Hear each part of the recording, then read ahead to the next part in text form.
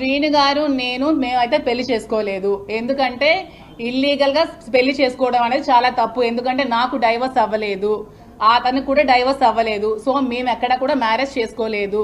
నేను అతనితో ఉంటున్నాను. అతను ఒక ఫ్రెండ్, ఒక ఫిలాసఫర్, ఒక గైడ్, అన్ని అతనే నాకు. ఎందుకంటే నేను సూసైడ్ చేసుకోవాల్సిన సిచ్యువేషన్ వచ్చినప్పుడు నువ్వు అలా ఏం చేసుకోవద్దు, నీకు నేను ఉన్నాను, నీకు ధైర్యంగా ఉంటాను, నువ్వు అధైర్య పడుకో, నాకు ధైర్యాన్ని ఇచ్చి నన్ను అతను ఒక సెక్యూర్డ్ గా ఉంచుతున్నారు. దాంట్లో తప్పేమీ లేదు కదా. నేను వాళ్ళ ఫ్యామిలీలో సహజీవనం ఎలా అవుతుందండి? అడల్టరీ అనుకోవచ్చు కదా. సహజీవనం అనేది పెళ్లి కాని వాళ్ళు చేసేది సహజీవనం అంటారు. పెళ్ళైన ఇద్దరు అమ్మాయి అబ్బాయి చేసేది అడల్టరీ అంటారు.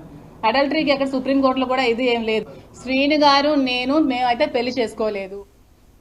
మరోవైపు వాణికి పోటీగా మాధురి దీక్ష చేస్తానని హెచ్చరించారు. ఆమె ఎక్కడ కూర్చుంటే తాను అక్కడ కూర్చుంటూ దీక్ష చేస్తానని, వాణి క్షమాపణలు చెబితేనే దీక్ష విరమిస్తానని అన్నారు. తనపై